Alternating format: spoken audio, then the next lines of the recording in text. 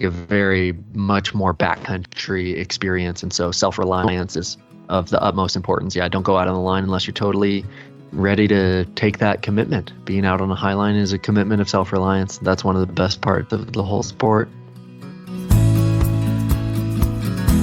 This is the Adventure Sports Podcast, where we hear stories of adventure from every corner of the planet. We interview all sorts of folks who are using their sport to explore the world around them and give you the inspiration you need to get out there and have some fun.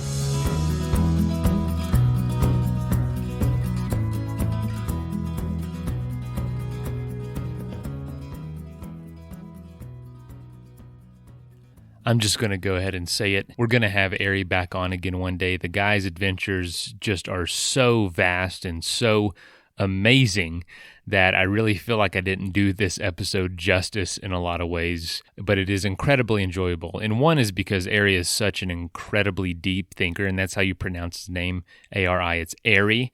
And appropriately enough, one of his sports is highlining, which is where you take a slackline or a piece of webbing, like similar to a toe strap or something, but specifically made for this, and you tie it between 2 points off the ground.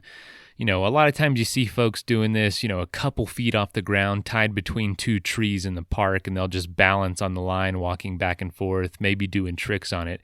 Well, Ari and his friends took this to an unprecedented level by stringing together a bunch of webbings to make a 2-kilometer highlining experience, and that is 1.25 miles, literally across an entire giant canyon in the ground, an old asbestos mine that had filled up with water and is now this huge hole filled with this turquoise water. He and his friends literally took a 2-kilometer long webbing, took it across the entire lake, strapped it up. It's, hundreds of feet off the ground and sags quite a bit in the middle, and they literally got on one side, they're tied in, of course, and balance themselves and walk across the other side 1.25 miles later.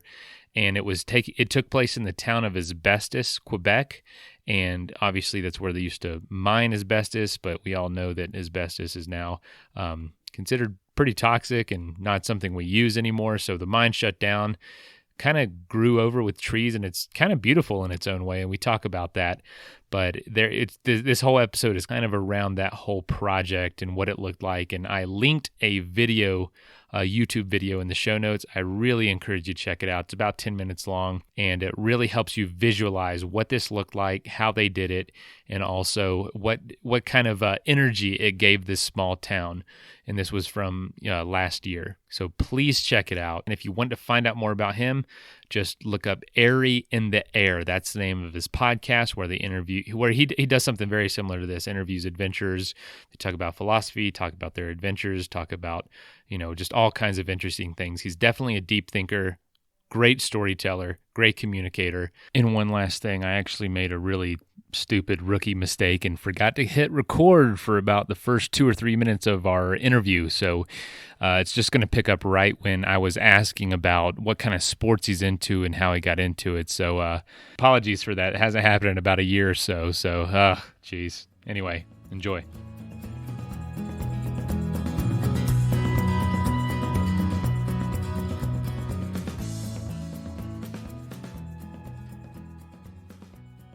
That I really like, that really set my passion bomb off inside of myself, that I basically started skiing when I was 8 years old, did my first flip when I was 12.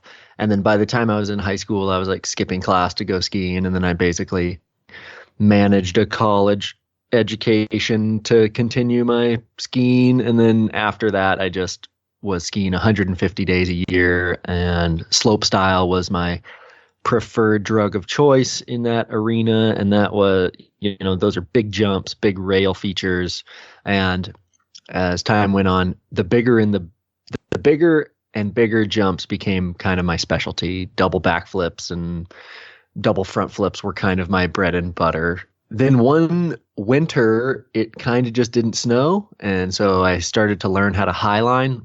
Highlining is a type of slacklining that we do way off of the ground between cliffs and canyons and that kind of thing. And so that winter I got really into highlining, and that became a full-blown thing that kind of took over my life.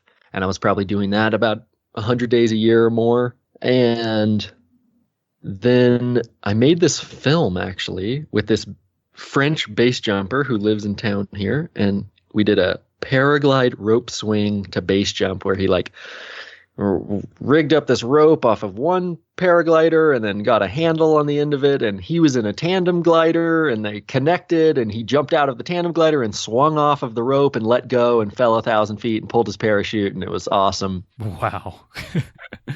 Yeah, it was super cool. And then that was like late October, and then February I started lessons with one of the guys who was like one of the stunt coordinators on that, and by the end of that spring I was flying, and by the end of the summer I was teaching lessons. And since then I've paraglided probably around 1,000 flight hours in 12 countries on 5 continents, and just like have really, paragliding has totally taken over my life. And it's actually nice now. I've been paragliding for like 5.5 years, and it's actually coming into a really nice balance. And for the first time in a long time, I'm really having this really nice balance between all of these sports. In the past, one has tended to kind of like take over and hold more space. And I've never stopped doing any of them, but like this year I've skied less than I've ever skied.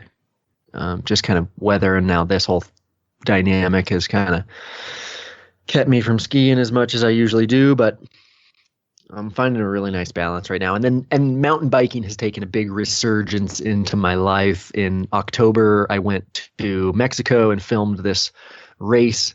My best friend, his name is Adam Craig. He's an Olympian mountain biker and just like one of the best mountain bikers on the planet. And he got me this gig to make this video of this mountain bike race in Oaxaca that turned out to be just the most heinous trails I had ever seen in my life. And it was just like so crazy steep and so rocky, and the runs were so long, and I had never seen mountain biking like that. And so it kind of broke my brain and has really reignited my interest in mountain biking. And so now mountain biking is kind of like this fourth sport. And on the side of that, I have sponsors, or had sponsors before coronavirus. And oh man, I do a lot of filmmaking. I have a YouTube channel where I do a lot of storytelling and vlogs, as well as a lot of paragliding tutorials and instructional videos. I have a podcast where I do a lot of philosophical monologues. I've been talking a lot. My podcast has a lot of different things, everything from storytelling on my adventures all the way to my deep thoughts about philosophy and relationships, as well as personal development. And lately has been a lot of coronavirus and future human potential type stuff, futurist kind of conversations. It's been I've been really fired up with all of this to kind of do a lot of thinking and do a lot of sharing. And but yeah, it's kind of the filmmaking part of it that makes the whole professional athlete gig go around. I make films for sponsors and tell stories and do live events and podcasts and all that stuff. And I'm also a writer. And I don't know, I just, like when I was young, I was told that ADHD was bad. And now as an adult, I'm like, it's totally my superpower. And so I just kind of loosen the reins on myself and let myself do whatever I'm passionate about, and that tends to lead me in what I have found to be the perfect right direction. Oh man, that's fantastic. I mean, geez, you mentioned a lot, and I love that you mentioned ADHD is a superpower, because a lot of folks, obviously, we don't ever really view it in that light. But I did, in preparation for this, listen to some of your podcast episodes, and I do appreciate the philosophy side of things. Like, why do we do this? What is, I love the deep thinking side of it, and I love the current event side of it. I told our listeners this morning on the episode that, hey, I a lot of folks want to keep a sense of normalcy right now. I want to talk about this. Things that are changing the world are fascinating, are at the very least fascinating, and obviously at the worst troubling and devastating for some folks. And I don't want to disregard anyone going through stuff like that, but No, man, it's I think it's all connected and it's all worth talking about, and we love speaking about that stuff. But you mentioned you make films through all these sports. Is that how you support what you do, or do you do something else on the side as well? No, that's typically that's the avenue in which I can convince my sponsors to give me what is a living wage as opposed to some side income. So Keen Footwear has been my best sponsor over the last 4 years, and we've created what I named so creatively as the Airy in the Air series. And that started with a trip to China in 2017, where I went to an international slacklining competition and then a paragliding competition, and just had some really cultural, incredible experiences with the locals and the children. And it was just like, I think, honestly, the film that I made from China, episode 1 of the Airy in the Air series with Keen, I think it's still the best thing I've edited. And then the next year I went to Italy and went paragliding through the Dolomites and met this really nice kid named Armin, who lost his father when he was young, and kind of told his story, as well as like just showed kind of what the life is like in northern Italy, as well as I did this great tandem paraglide cutaway base jump thing at Lake Garda, which was really fun, and that's in there. And then the last summer went to Canada. We did the world record highline. We did a 1.25 mile long slackline across this old mine, and I made a film of that. And so those are the 3 episodes of the Keen Airy in the Air series, the short films that I've made, that have kind of made my life go around for the last few years. Now, I'll be honest, it's been a busy week with work, and I didn't get a chance to really dig into some of this. So a lot of this is totally unknown to me. I've seen pictures of this slackline across this mine. Can you just describe this for people? It looks just not like some of the stats, some of the basic stats of what this endeavor undertook, essentially. Yeah, it's like, a lot of people say, Airy, like, I don't get it. And I say, I don't get it either. Like, I don't understand it. Honestly, it's something that you just kind of have, like, there's an element of faith to it. And so basically, outside of Montreal, Quebec, Canada, there is a place called Asbestos. And asbestos is a mineral. It is a rock. And in Asbestos, Quebec, they have created what is called the Jeffrey Mine.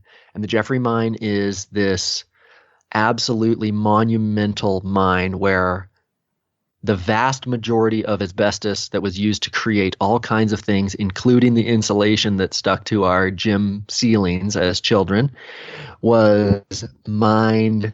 And it's got a crazy history. This place has a crazy history. Basically, asbestos was it was revolutionary material. It made the cost of firefighters' hoses and equipment and gloves and jackets plummet. It was it made all this stuff accessible. It was such a good insulator. And years later, it was found to be carcinogenic, and which brought a lot of shame and to the town. But the mine is literally so big that it ate away at part of the town. A couple of the city streets just end in the mine because the mining company bought the land and then just mined into it. So the town is literally wow, chipped away at by the mine. But it's been closed down for a decade or more now. And so what's left is this huge, huge hole in the ground. And it is actually, it seems man-made, but you spend enough time there and actually you start to see the beauty of it, just what we're capable of and how powerful we are to transform the earth. And the other side of that is our responsibility and how much we can actually consume and how big of an impact physically we can have as humanity on the earth right there. It's a really strange metaphor to kind of spend 10 days at. And so basically the World Record Highline project there was created by a Canadian friend of mine. His name is Danny Bouchard, and he got this idea that, this might be the best place in the world to rig this size of slackline. Yeah, like I said, the slackline is 1.25 miles long. It's 2 kilometers. It's 6,700 feet long. And to put a line like that up, like the weather is a huge factor. Like you can't have too much wind. You can't have lightning. Like to do it between 2 mountains is kind of out of the question. It's just too big. Like there's just so many unknowns, like literally electrostatic energy that swirls around in the mountains just from lightning and weather is literally too much of a risk for us to do that between 2 mountaintops. High lines have been cut by like not even lightning, but kind of like some kind of electrostatic energy that's up there that we don't really understand as dirtbag highliners. But this one is just like a perfect place to just put this huge line. And to make it happen, Danny worked with the town of Asbestos and got them to like literally make a new park on the edge of the mine that has a slackline park that has all like sand, like beach sand in it, so that families can come, and there's posts where you can put up a slackline. And this new like park in town, and he organized this big event that was basically one weekend and 3 days of music and vendors and food and slackline and yoga and breath work, like all the free courses. And basically, as the slackliners who were invited out to be part of this project brought equity, and we set up the lines, we set up the bleachers, we set up the fences, we did all that kind of logistical work, and basically sweat equity'd our way into earning time on this world's longest slackline. Slackline itself being 6,700 feet long, it has about 400 feet of sag. So walking across this thing is a absolutely transcendental, spiritual, physical, mental, intellectual journey that is hard to describe, but it is it's just the craziest thing. It's like when I said at the beginning that I don't understand it, there is a part of me that can talk to you and tell you what slacklining is like, and then there's another part of me that can literally do the balancing. There is like my monkey brain can balance, but I can't like dictate that to you in real time. I'm not on the line saying left hand down, right shoulder out, right knee, left foot step.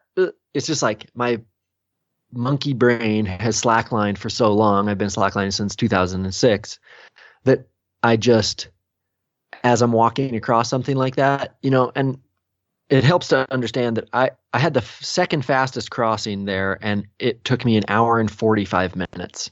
Most people were on the line from between 3 to 4 hours, 2.5 to 4 hours to cross this line. And so I did it in 1 hour and 45 minutes, and the duration of this kind of exercise and connection to my breath and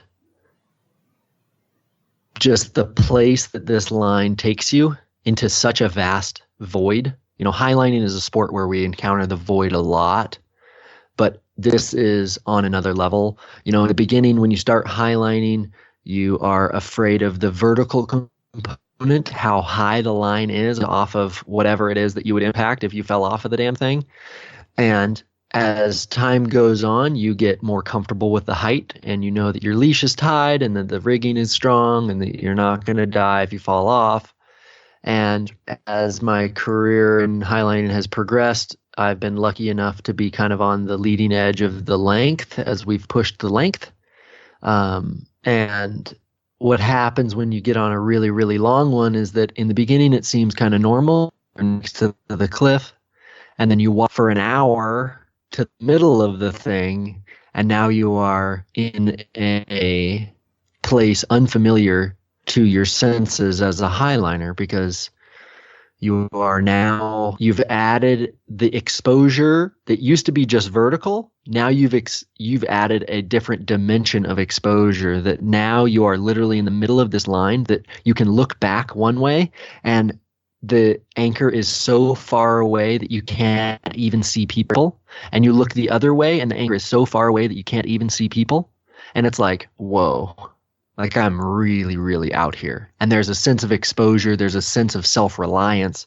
There's a sense of risk that, I say in my film about it, that if you fell down, that you would drown out here. It's just like an ocean of webbing. And the only way out is to walk. Like, you can't slide across it.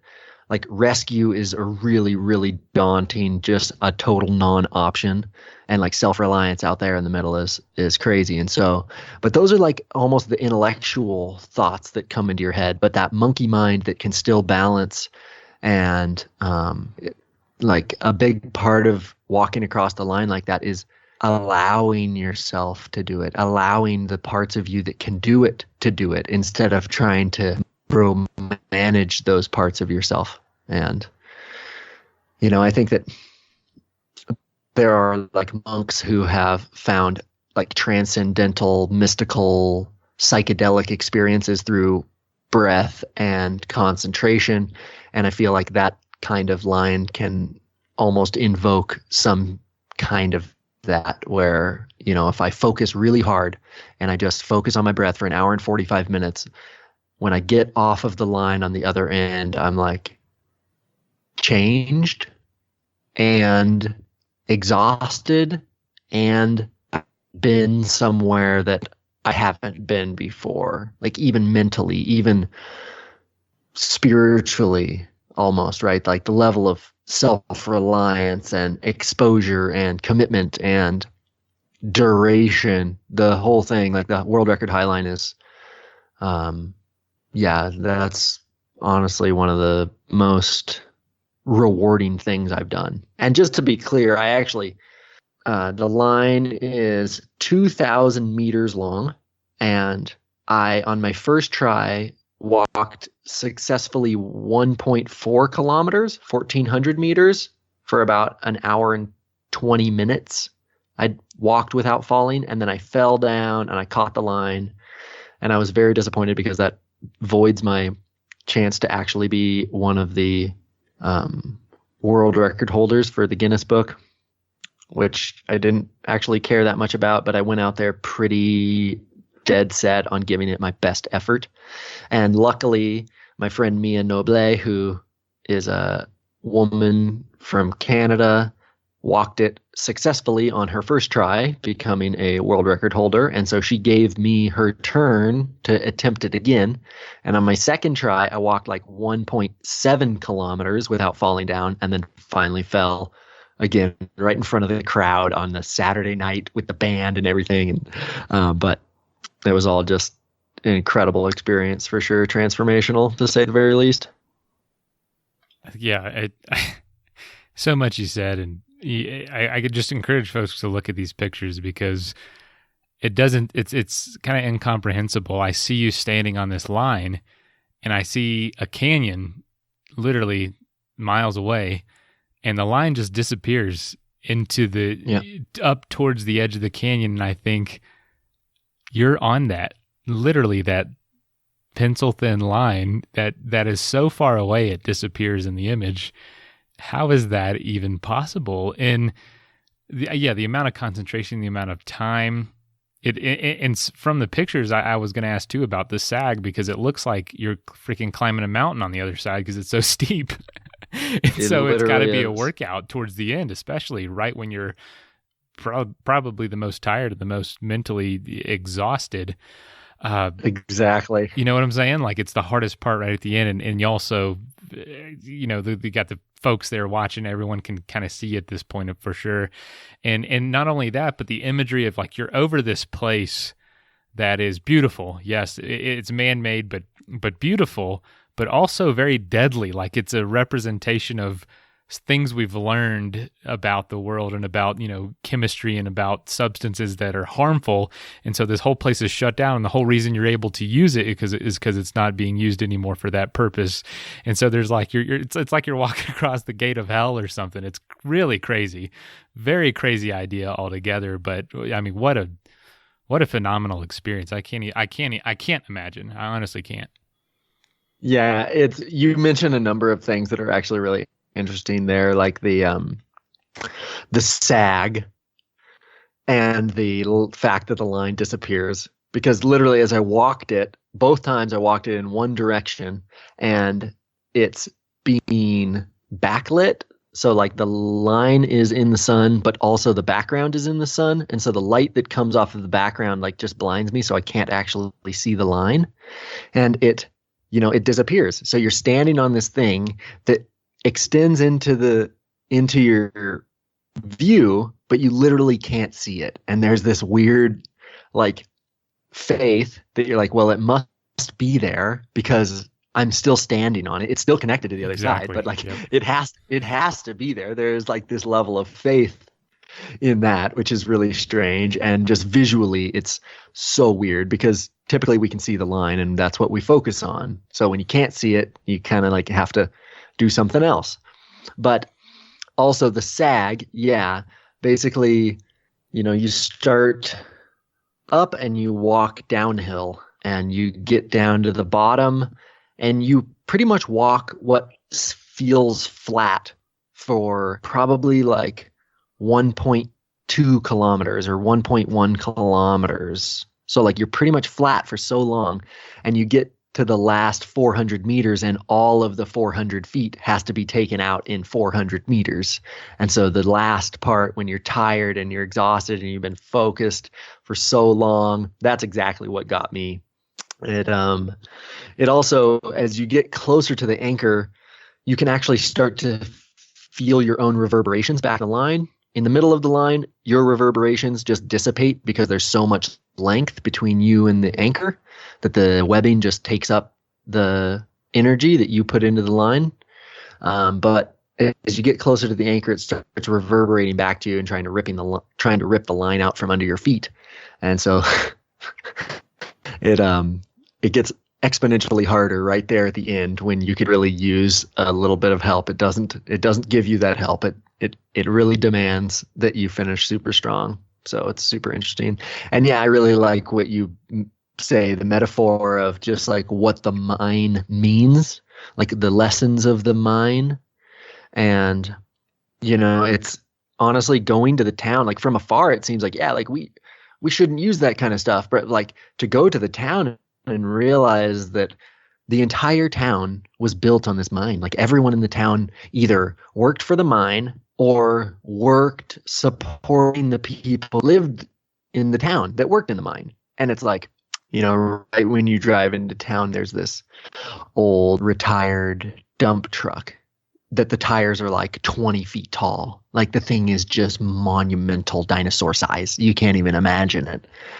And it's like, both that we kind of find out through chemistry, this is bad for us and we shouldn't do that, and we should also be cognizant of our impact on the earth, but also like the other side of that there's like such a human element to stopping that, right? And we're seeing such a correlation to that now as we're like, okay, like the things that we shouldn't do, the banking and the finances and just like our entire supply chains and all of our fragile systems that we depend on, like there's a big human element to that, and like slamming on the brakes on things that are bad for us has a big human impact. And so it's a really interesting, my perception of what I thought the asbestos mine was and what it meant before I went, and then how that changed when I went there and I met the people and I kind of learned the history, and I just realized how much kind of poverty there is there now, and people are just kind of stuck there in that town, and there's like really high unemployment, and it's just like kind of the mine was really good for those people, and that was like their bread and butter. And so it's a strange thing, and it has deep metaphorical implications, and it's an amazing place to walk a huge slackline. Does that realization make you think differently about anything we're facing today? Any industries that you might not agree with, but you understand that there's people behind it now? Well, I think that one of the messages there is actually what I've been kind of talking about as omni-consideration. Like that, yes, there is an environmental element to that. There is also an economic implication to that. There is also a health implication to that. There is also a human implication to that. There is also, like, if you want to really understand something, I think that the truth, as like Zen philosophy talks, the truth is this unnameable. You can't know it. You can't name it. You can only allude to it. You can say what it is not. You can point at it. And so I think that if you really want to know what the truth is, you got to point at it from as many different angles as you possibly can, right? So yeah, I think that the human element, and we see that online right now, there is this duality where people are like, either the coronavirus is like going to kill us all, or the coronavirus is going to crash our economy, and people aren't sure which is worse.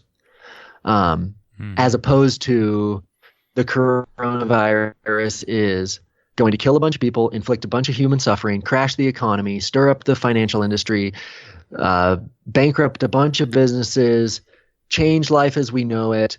There's implications for our governments to become authoritarian and rule us in ways that we don't want to be ruled. And like, there are spiritual implications and depression and mental health and social, and just like the implications that we need to be considering are actually much more myriad than the dualities of, are we all going to die, or is it going to crash our economy, and which is worse,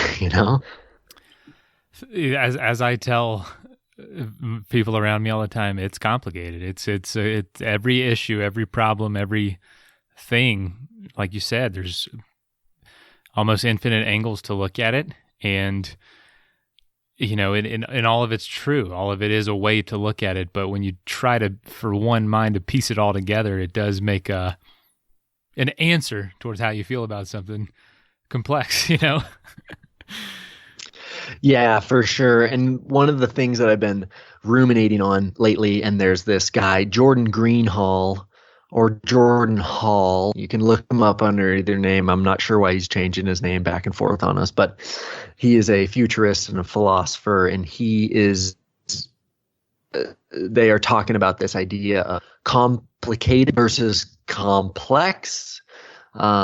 Basically, systems theory being simple, complicated, or complex systems. Simple being like tic-tac-toe, that you could write all of the possible iterations of tic-tac-toe on a single piece of paper, and even a 5-year-old could study that and learn the rules and play within the bounds of that system. A complicated system could be something like a Boeing 747, where it has a bunch of different systems that go into it, all of which are complicated on their own. One person is very unlikely to be able to fully understand each of those systems, but it is externally designed and it doesn't change over time, meaning that you could write a manual on the 747 and give it to a team of people who could then reconstruct or deconstruct or understand, repair, where a complex system is self-organizing. It is emergent. It is evolving. And these are things like our bodies, our minds, ecology, nature, the weather, even just the way that economics works at its base is a self-emergent and effervescent properties. And humans have been, for as long as we've been doing agriculture, taking these complex systems and trying to manage them with complicated systems, right? Complicated systems in this instance would be like literally agriculture, trying to take ecology and shape it into something that we can eat, and government and finance and all these things. And we are at a point, it seems, that if you open your eyes to it, that the way that we have been managing our complexities, even our health, right? even our mental health, our purpose, our dharma. The way we've been managing them for so long is it's becoming more and more clear that they are not enough, that they are not solving the problems and meeting the needs that we actually have. And so I think, yeah, that is the analogy of the caterpillar that eats 300 times its weight in food every day and then goes into a cocoon only to dissolve into absolute goo before reemerging as a butterfly. I think that now is a chance for us to get a kind of a clearer look at the process of metamorphosis for humanity and what our butterfly might look like. It might be the collapse of a mine, an economy in a small town, and then some dudes come along and tie a rope across it and walk years later. Yeah, I love that. I love that idea. I love the idea that we'd be able to use our wealth and our resources and our, we don't all have to work in fields to feed ourselves anymore. And we can use our wealth to turn the old mines into recreation, and we can be more connected and more aware and more conscious and more considerate. And that is a great goal. I love that as a butterfly. That's a great example of the butterfly of possible human potential. Aiming higher. I think we just need to aim higher in general. I think we've been conditioned into thinking that we need to be ruled, I think that people are much more cooperative, much more innovative than we give them credit for. We tend to be afraid of the outliers in that instead of really having faith in the 96% of humanity that really is cooperative and collaborative. I agree. And now, speaking of that, when you guys, wanted to do this project, I hate to bring it all the way back, but did you get any sort of, was there controversy around this? Was there any sort of, friction that you caused with the town or with other slacklining communities or just adventures in general? Was there anything like that got in the way or became an obstacle? Danny did a really good job. He is so incredibly polite and well-spoken and really nice. He's a organic farmer and permaculturalist, and so comes from a really humble and sweet place when he talks to people. So, and, I can't really remember. I think there was some friction with some people, but, the biggest sponsor for the event was the town itself. And they created a park and they spent a bunch of money and they put up a power pole so that we could have power for the whole thing. And so I think in general, the idea of bringing new life to the old wounds of the earth was something that was received really, really well. And Asbestos was the biggest sponsor of the whole thing. So I think in general, I think that people were really receptive to that kind of messaging. That's incredible. And now, I've scrolled through your Instagram looking at some of these lines that are just inconceivable where they are and how gorgeous the pictures come out and how amazing it must feel to be up there. But I'm sure there's folks sitting there saying, how in the world do you get a mile-long line across two walls of a canyon? And can you take us through some of the practicalities of getting the structure itself up there? Because, it looks awesome, but there's so much work that goes into something like this. Yeah, absolutely. I think that from afar, people see the sport and they think it's about walking across the thing, but 2/3 or more is rigging, planning, cooperation, coordination, problem solving, that kind of thing. And which is, that's a part that sets my mind on fire. I love that. I love the rigging. I love the visioning, the dreaming, the problem solving. That's all super fun for me. And typically when people come up and see a highline, we have this running joke in the entire community that is the most common questions that we get are, how do you get the line across? Have you seen man on wire? And are you tied in? Those are our three most common questions. Yeah, man. We all adventurers have those top three questions. I promise you. That's hilarious. Of course. And so, the other thing that, the thing about when people ask me that, I tend to, my friend Spencer, he has a great way of turning that back on people. He says, well, I wouldn't ruin the fun for you. How would you get the line across? Because that really is the essence. That really is at the essence of highlining. It's like, okay, wouldn't it be great to walk across that? Yeah.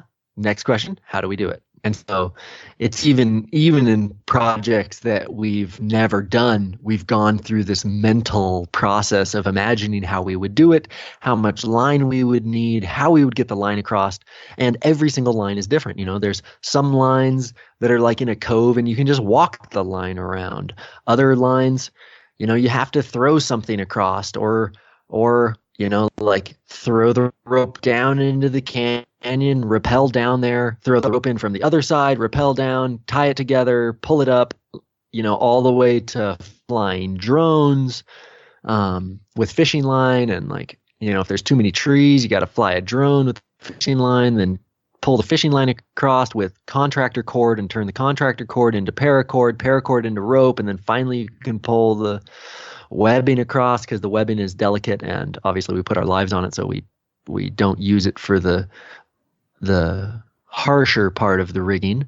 We use ropes and stuff for that. But yeah, getting the line across is, establishing that connection from anchor to anchor is a huge part of the rigging. It is a huge part of the rigging. For the world record line, the film that I made, and if you just Google Keen Airy in the Air, you'll see, a number of, the 3 films that I made for Keen, and the world record highline in Canada is one of them. And in that video, I kind of explained to the viewer how we actually do it. We kind of lay the wound on the ground very carefully, and then we use a little Zodiac to pull the webbing across the lake. And then we kind of pull the whole thing tight with this one-off crazy machine that these guys designed, engineered, and built. It's like, it's a super involved process. I mean, that line took 30 people, the better part of 3 days to rig.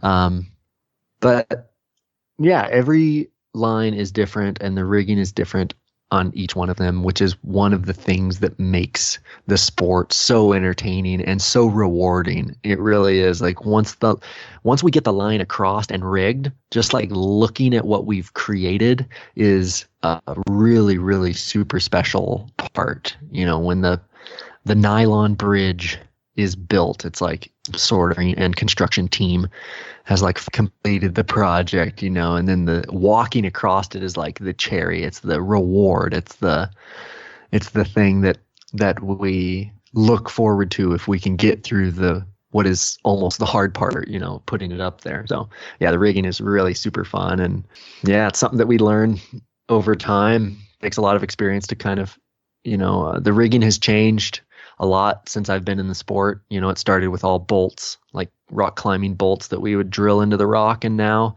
there's a huge, huge importance put on natural rigging, how we can use even trad climbing equipment, cams and nuts and things to wedge into the rock, and how can we sling the rocks, and how can we hook to trees and redirect and do all these different things so that we actually don't have to put the bolts, so that when we leave the place, it's just as we found it. So, yeah, it's really super interesting. The rigging is so fun. I mean, that has to be just the biggest part of the effort itself. Like you said, the actual walking across is the cherry on top, and that's obviously what people see. The pictures that you see, they don't see the 90% of the work that went into it.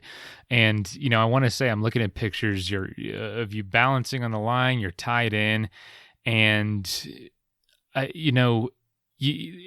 is this. Because I've talked to enough adventures and done enough things myself, I know that there is safety in this, and that there's a lot of, you know what I mean? Like there's, it looks like it may be dangerous, but there is safety. But you mentioned something earlier. You really are out there alone, because if you fall, You're not going to fall to your death. You're going to catch yourself, but you still, if you gave up there, you're just going to hang there. No one can come get you. And so at some point, you do have to come to your senses and eventually get back on the line and continue to the destination. Correct? I mean, that's the only option. Am I wrong about that? For the most part, you're right. Rescues off of high lines are not great. It's not a great option. On a shorter high line, like up to say 100 meters or so, you can have another person slide out and you can get a hold of the leash ring and like have people on the edge pull them back in. But it's just not a great solution. It's really difficult. There's a lot of friction involved. You have to have a bunch of hands. And when the line gets longer and longer, that opportunity, that reality of getting rescued gets smaller and smaller and smaller and smaller. Obviously, for the world record line, we had a pretty well thought out rescue plan and specialty equipment and a lot of rope laying around, so we could have made a number of different things happen. There was actually one rescue off of the world record line, but luckily she was only like 200 meters out. She had spent 4.5 hours just battling her way across this thing. Even though we kind of told her that she shouldn't do that, if you can't comfortably walk across it, or not comfortably, it's a big effort for anyone, but like if you're not totally certain that you can walk across it, you probably shouldn't go out there. And she totally expended all of her gas, and we had to send the rescuer out on the line to pull her back in, and it took quite a while. But in reality, that is a special occasion where we have such a big event and so much coordination that we actually make specific rescue equipment and a rescue team and have thousands and thousands of dollars of extra equipment laying around on hand, just so if that happens, we're totally equipped. We're also like 30 of the world's best highliners and have been around that a lot. So you're pretty much in good hands. Something will we're going to come get you one way or the other, but it's not pretty and it takes a long time. And yeah, for sure. Like when we're on these, our typical highline mission, we go up to the tops of mountains and we don't take a bunch of extra gear and we don't have huge numbers of people. It's like a very much more backcountry experience. And so self-reliance is of the utmost importance. Yeah. Don't go out on the line unless you're totally, ready to take that commitment. Being out on a high line is a commitment of self-reliance. That's one of the best parts of the whole sport.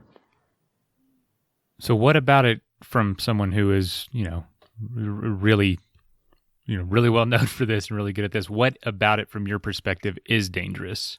Which parts of it? I mean, I think the most dangerous part of it is rigging.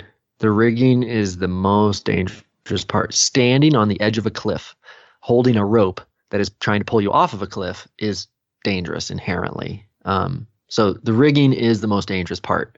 Once the line is secure and protected and redundant and your leash is tied and your harness is on properly, it's kind of like, it's at that point the safest sport that I do. Like it's safer than mountain biking, it's safer than skiing, it's way safer than paragliding.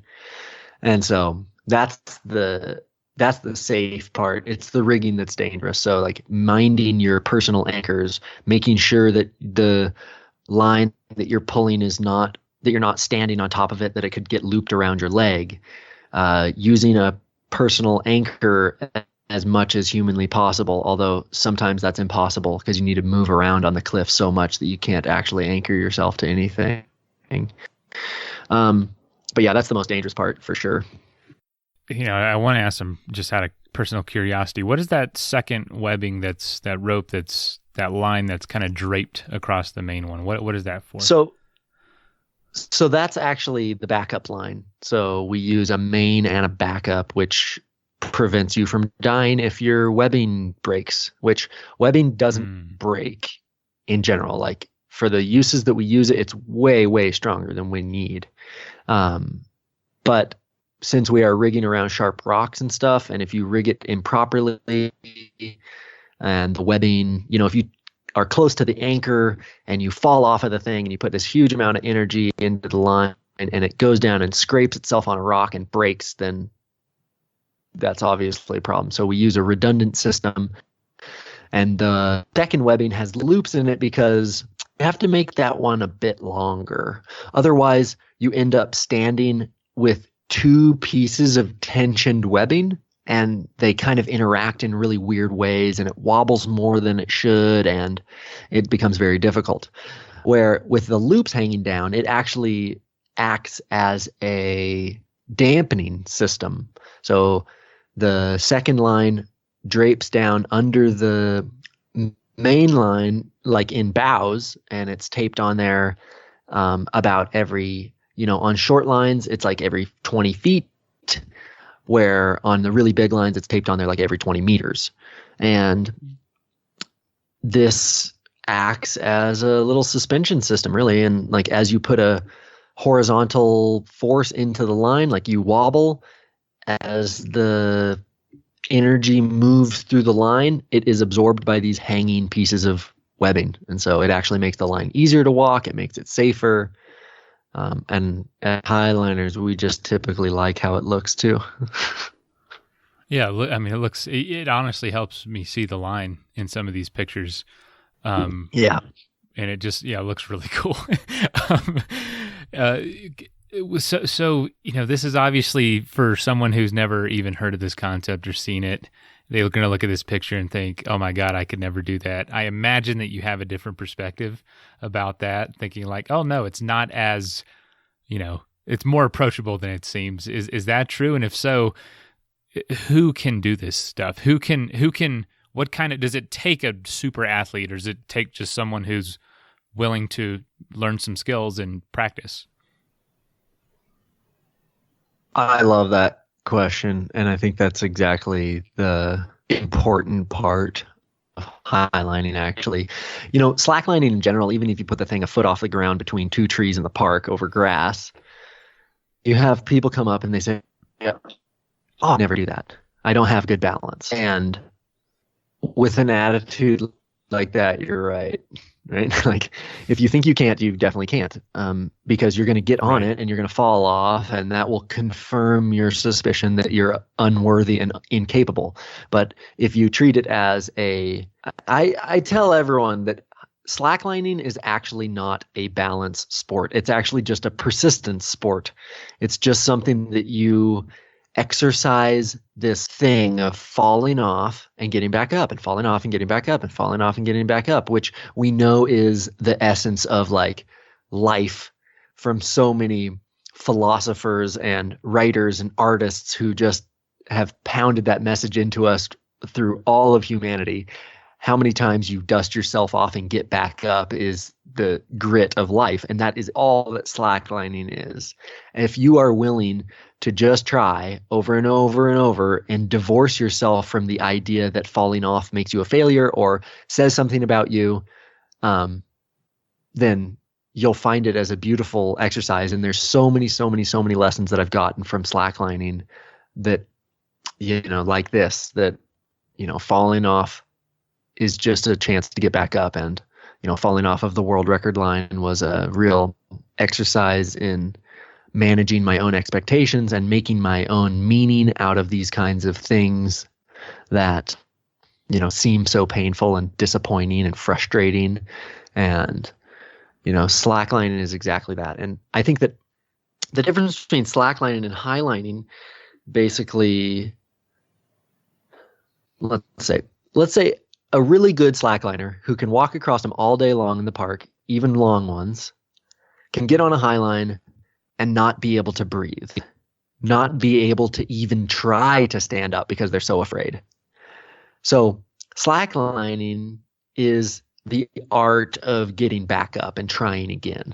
And highlining is adding a fear element, like the most visceral fear that you've ever felt. Like, honestly, of all the sports that I do, like when I was learning to highlining, I had never been so captured by my inner experience, my own fear. And highlining has just such a powerful ability to do that, to take the most hardened people and just to absolutely scare them so far out of their pants that they can't even try to do something that on any other day they can absolutely do. Because a highline is actually easier to walk than a slackline because of that dampening effect that we talked about. And it's even safer than slacklining because in the middle of it, there's nothing to hit. Even in the park, you fall off the thing, you can twist your ankle. But on a highline, you fall off the thing, you just catch into your leash, and it's a soft fall. And it's like, the fear is illusory. And so facing illusory fears is then an incredibly powerful spiritual, personal developing exercise that we do through sport. And, that idea that slacklining is just an opportunity to get back up, and highlining is a chance to face your fears and get back up, is just that never stops being the case. So I think anyone can really realistically learn to highline, and it is such an incredible sport for personal development and seeing your own fear, and like not just seeing it from some abstract standpoint, but really facing it and having to try to stand up. And how many times can you fall down until that fear goes away? And yeah, it's just, I highly recommend it for humanity in general. Man, I'm not going to lie. That's just really got me excited to try doing this, because it seems like something you can do for years. It's not like some of the other sports where, your body, it just takes a pounding. This seems so much more like a concentration of and a challenge of will. It's obviously physical, don't get me wrong, but it's not so jarring as maybe whitewater kayaking or running can even be on your joints. And so it's something similar to cycling that you can do for years and years to come. I don't know if that's the case, but that's what it seems like. Oh, it's totally the case. And we actually have had this guy in our community the last couple of years. He's like 64 years old, has white hair, big, long white beard, and is just so centered that he is understanding what the challenge of highlining really is from the get-go. So he has really accepted, this trying, this getting back up, this acceptance, and he's been progressing, and we love having him out there. And so yeah, I think highlining is something that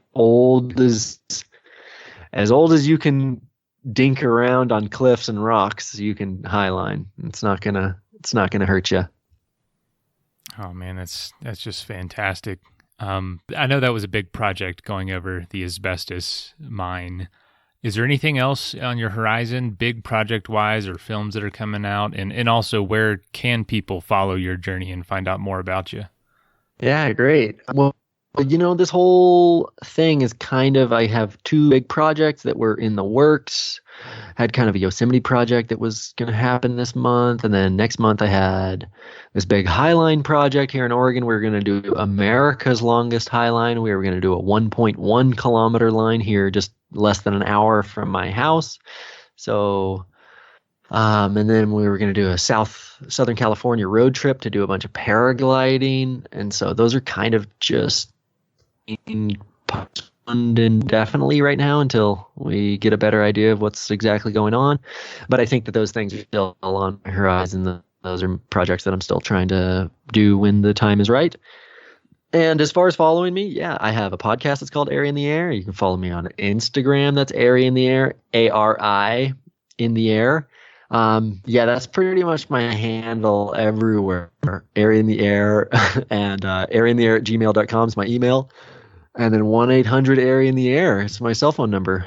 Oh, sweet. That's awesome. 1-800-AIRY in the Air. Well, shoot. Well, Airy, man, I feel like we didn't do this justice, honestly. I mean, I feel like there's so much more to talk about and think about. And this was the Slackline episode. Yeah, okay. This was the Slackline episode. Got at least we three should do the ski episode. Yeah, we got to do the ski episode because skiing has taught me so much about my life and has given me such great lessons. I feel like I could share those. And then paragliding is just a totally, what a rabbit hole of perspective and challenge and growth that has been. So yeah, let's do an episode for each sport here. Totally fine by me. I really enjoy your perspective, your ability to think deeply about the why and what it means. And so that's kind of what we talk about on the show. It's not a ton on equipment, not a ton on, the stuff of it, or it really is, why do we do this as humans, and why do we find this so enjoyable, so fulfilling, so life-changing. So I do appreciate you talking about that stuff and going in depth. You're a great communicator. I really enjoyed this. Yeah, thanks, man. I really appreciate you having me on. Cool. All right, man. Well, we'll talk soon, and stay safe out there. And you too, Mason. Thanks, buddy. See you later. All right. Bye.